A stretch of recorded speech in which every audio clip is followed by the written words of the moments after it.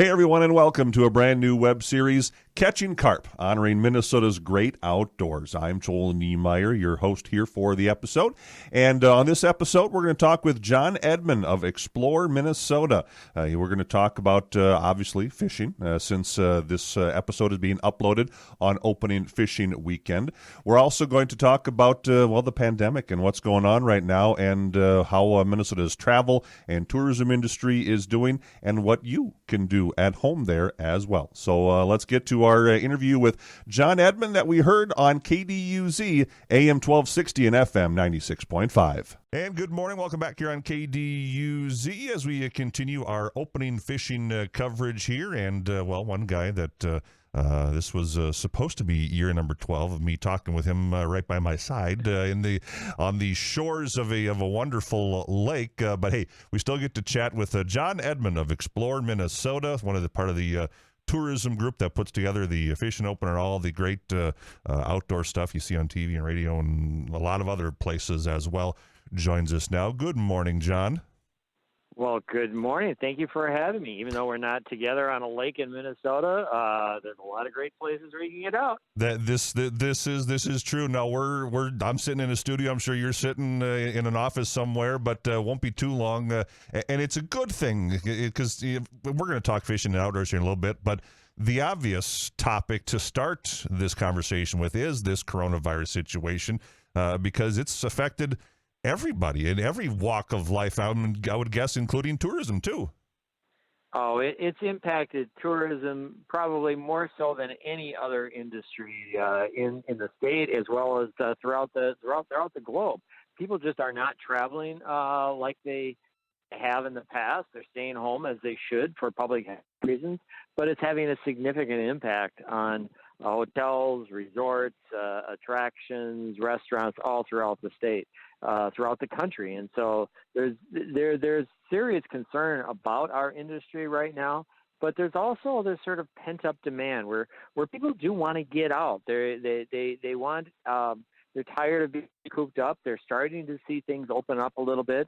And fishing is clearly one of those things that are allowed that people can do to get out, to social distance and enjoy so many different lakes and rivers and opportunities there are right here in their own backyard, very close to home. Well, I know those that have asked me this week, I mean, fishing is kind of the original social distancing. Fishing and farming are the two that, you want to go out and by yourself and just get away from everything in those two aspects. And we finally get to do that here today. Well, absolutely, and that's why we're seeing such an increase in interest in fishing right now. Not everything is open at the normal pace that it is this time of the year, but thank goodness we are able to get out and fishing. And we've heard from the Department of Natural Resources that fishing sales are significantly up this year. I think I've heard a figure up to 40%, where more and more people are thinking, I need to get out of the house. I need to enjoy the weather. I want to enjoy some of the beautiful lakes. Let's do something that's allowed, that's safe. Let's get out, whether it's in a boat or on a shore.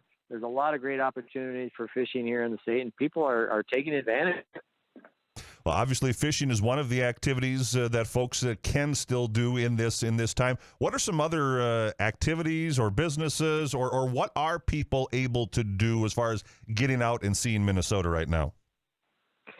Well, we're encouraging people to explore things in there that are close to home. Travel is still not advised at this particular time, but there's so many things. Focus on the outdoors that people can enjoy.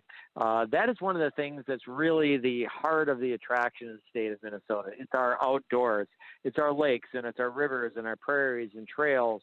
And people, yes, maybe you can't go fishing, but you can walk on the trails. You can go hiking. You can go hunting. You can just enjoy just walks in the wilderness with your close family and friends and things like that, obviously keeping close social distancing. But there's a lot of outdoor activity. Golf is, too, one of those things that people could do. It's amazing how many people are golfing in the courses throughout the state this year because people want to get out. So there's a lot of things that people can do, maybe just not exactly the way they've done it in years past. And that leads into the celebration of fishing. I know I've always called this weekend kind of an unofficial Minnesota holiday, just because opening fishing, it's kind of the unofficial signifying of summer's here kind of a thing. And even if we are under this stay-at-home order and there's more things opening up, I think still it's a reason to celebrate. It's a holiday here today with opening fishing. Well, absolutely. We usually use the fishing opener and the governor's fishing opener as a way to draw attention to fishing and for the start of the summer tourism season. And one of the things that we often talk about is how big our industry is. It's a $16 billion industry in the state. It's not operating as it has in the past. But I think it draws attention to how important our industry is, how it supports communities, how it supports jobs, how it supports state taxes in the state of Minnesota. So we hope to get back to that sometime relatively soon, to a fully functioning travel and tourism industry. It may take time. But meanwhile, what's the best alternative? Let's go fishing. That sounds good to me. And off the top of this interview, again, I mentioned usually you and I are sitting on the lakeshore somewhere doing this interview. Was supposed to be up in Otter Tail County. That, I believe, pushed to next year. Maybe you can talk about that and how easily does, because I'm sure this is a community and a group that has planned and has had things ready. How easily does that slide from what was supposed to be this weekend into next year now? Well, I think the group was obviously disappointed when the governor's fishing opener in Otter Tail was canceled this year, but they all kind of saw this coming. They kind of recognized that it's just not the year for big gatherings like we had at the fishing opener. And so then by postponing it for another year, they, and in some ways, were relieved that they didn't have to deal with all of that strain, the stress of what do you do with the big crowd? How do you deal with it in this kind of environment? Even if it was allowed, but there wasn't, but it is now not allowed, and they've got everything in place. So when we told them it can't do it this year, but we're going to do it next year in Otter Tail, they actually had sort of a big sigh, somewhat of a relief. Gives them a lot of time. They've got a head start, and they're planning for next year. So we'll just have to plan for the next governor's fishing opener in Otter Tail in 2021, and I think that the group is pretty excited about. Well, yes, it's another year, but excited about planning that for next year. And it is, and I lived up in Detroit Lakes for about a year or so before coming down here, and it is a nice area up there. If folks have not been around there, it is a nice, when you're able to. It is a nice place to go up and see. Oh, there's so many lakes up there in the Otter Tail Lakes area in Otter Tail County. It's not just one particular lake. There's many opportunities, large lakes, small lakes. There are resorts, and resorts are, in fact, open this weekend, so people could enjoy that. I know the resorters are doing a lot of efforts to protect consumers, to make sure everything is disinfected, and to keep the social distancing, avoid the large crowd. So they're ready to do that, ready to greet customers. There are a lot of resorts up in the Otter Tail area, and so whether it's this weekend or a little bit down the road, people should really check it out. Now, as we mentioned, people staying closer to home now here, and I know the DNR's website is a good place to go to, but your website is also a good place to go to figure out, and I would guess maybe you can talk a little bit about that, about how you can help folks stay closer to home and get outdoors and still enjoy Minnesota. Well, one of the things that we've done this last year since you and I last spoke is we completely rebuilt the Explore Minnesota website. And what we wanted to really focus on is information and engagement of consumers. There's a database of a lot of great resorts and attractions and things that you can find, places to go in Minnesota. But it's really to give people inspiration, ideas, and what kind of fishing opportunities are there in Minnesota, and what kind of experiences can you have? What kind of experience can you have biking in Minnesota? What are some of the different kinds of trails? We really try to do it in a way that makes a consumer look at the state in a whole new way and think, yeah, maybe that's something that I want to look at a little bit more. I want to explore. And so it's a great place to get ideas so that when people are ready, they're going to travel in Minnesota. And as you mentioned, it's probably a good idea if you're itching, like most of us are, to get out and to go on a vacation or to do other stuff like that. This is probably a real good planning time, because while things are closed, planning's not. I'm sure you could still email and or call places and just use that site to figure out when you can go on a vacation. Hey, where do we want to go? Absolutely. And one of the things we're hoping to do a little bit later in May is to kind of do that soft selling of the state to inspire people to think about, about travel, because people want to get out. People want to go different places and they can't right now.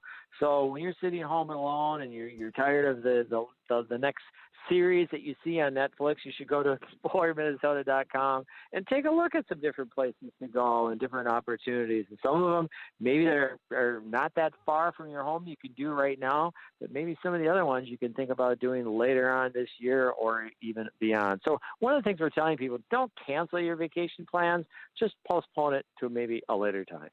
And then lastly, as we talk about the future, I'm sure you talk with either the governor or higher ups more often than we do. What are you seeing about the future of travel, the future of Minnesota here in the next few coming weeks and months?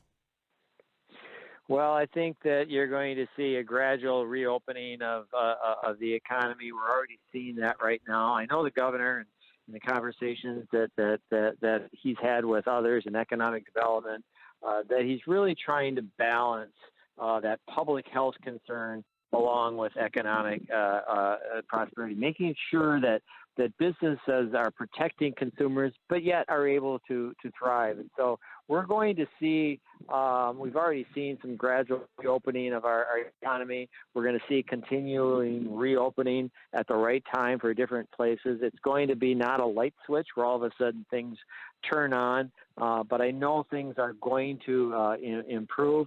We don't know how long it's going to take. This could be a little bit long process that maybe some of us would like, but we are going to get back to normal travel and tourism industry. It just might take 6 months to even a year before we get back to where we were.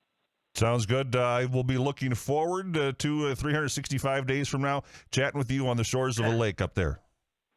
I look forward to it as well. And again, I hope people think about not just the governor's fishing opener, but what fishing means to Minnesota, how to relate to the people that are important to you. There's just a great opportunity to pause, take a look at the world around you and think, we've got some challenges here, but we live in a great place and a great state in the country, and let's get out there and enjoy those things that we are blessed to have right now. That sounds like a good idea to me. We'll chat again, John. Thank you.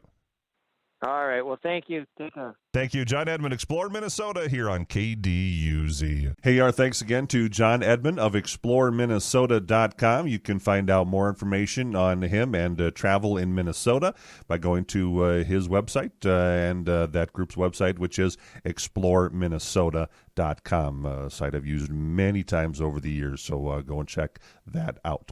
Thank you for tuning in. We'll have more Catchin KARP as we go through this outdoor season, and we appreciate you again for tuning in. This has been a production of the Ingstad, Minnesota Radio Network. I'm Joel Niemeyer, inviting you to introduce a kid to the great outdoors, and don't forget, keep your line in the water. I'll see you next time.